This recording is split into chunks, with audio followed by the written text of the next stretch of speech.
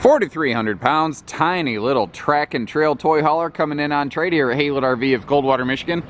The only reason it's here is because it turned out to be a little too small for what the previous owner was looking for.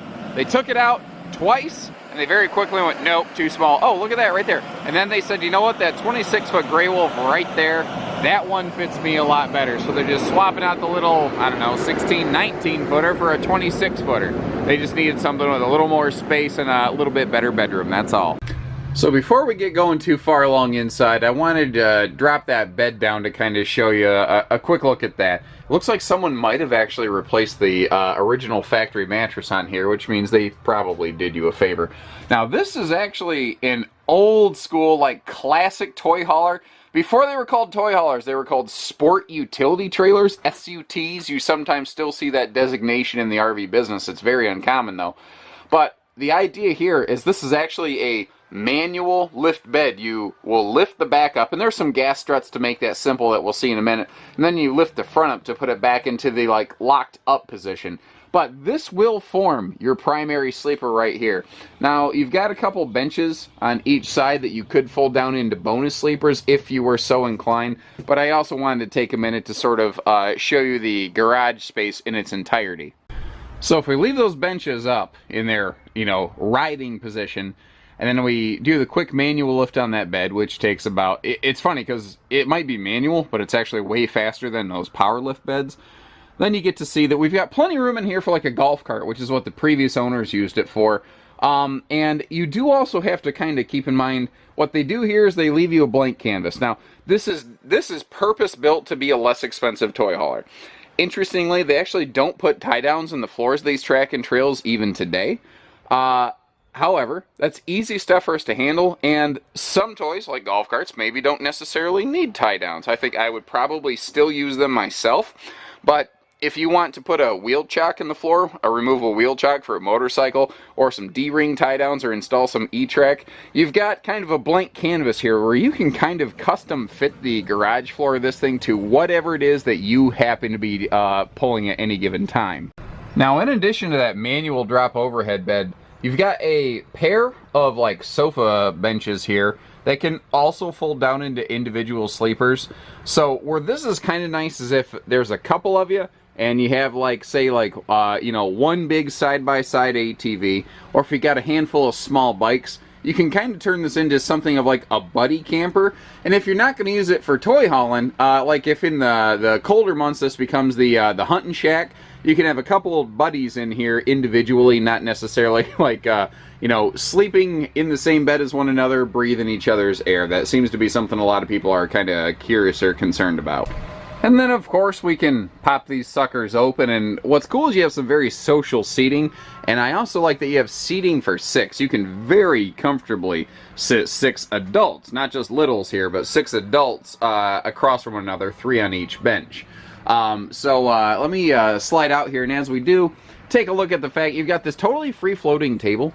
If you want to, you know, pop it outside like I've done here and do a little outdoor picnicking, you can. You want to slide it between these sofa benches that I have open currently, you can do that. You can also leave one of these up or down, or you can kind of configure them however you want to. That's kind of what's neat about them. It's like a choose your own adventure book, you know, flip to page 37, and then you're like, no, I should have flipped to page 12. Anyway, so in the dedicated garage area, we've got a nice dovetail for easier loading still. So now this is a low riding chassis because it is a smaller toy hauler at only 4,300 pounds. They don't have to make it stick up so darn high in the air, but that makes the angle of the ramp easier, and then we got the dovetail for easier loading, and then we've got the dedicated diamond plate back here, or the rubberized diamond plate as it were, for easy loading areas.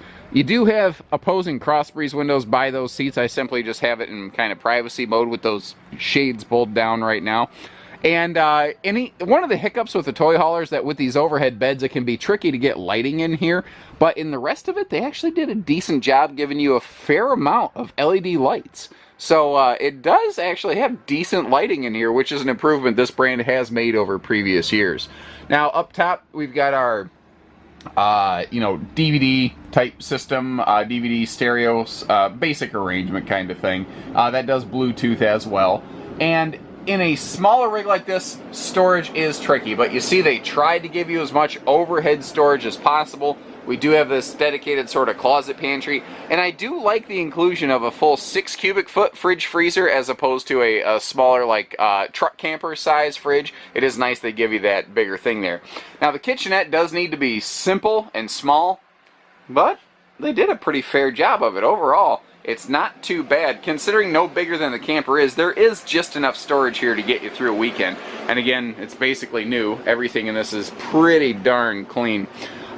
The bathroom, once again, simple but effective. What I do like is they didn't give you what's called a wet bath, where the toilet is like actually in the shower pan. Instead it has dedicated separate toilet and shower. Not big, not fancy, not flashy, but effective. And something I appreciate as a long-legged fella is that they did leave me enough leg room here to sit down and actually be able to do my business. Now outside here, she looks good. You know, late model, barely used.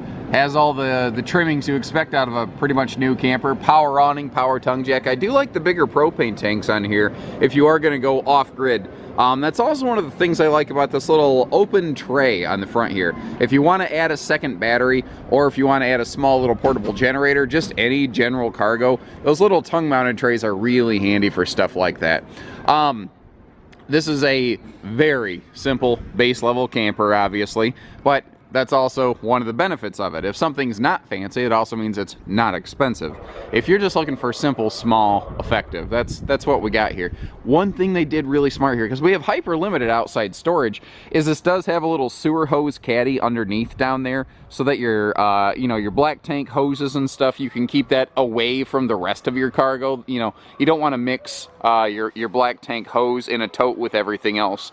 Now, another thing that's kind of cool about how small this thing is it means that it's a lower riding camper. It doesn't have to sit up so darn high from the ground because it doesn't need an extra super duper big chassis. And that also means an easier angle of attack with that ramp, so that is easy loading. A nice touch that they have on here is also a full retractable screen wall, not the roll down tent stuff. I've never personally been a super fan of those. I like it when we do have a full retractable kind of wall here.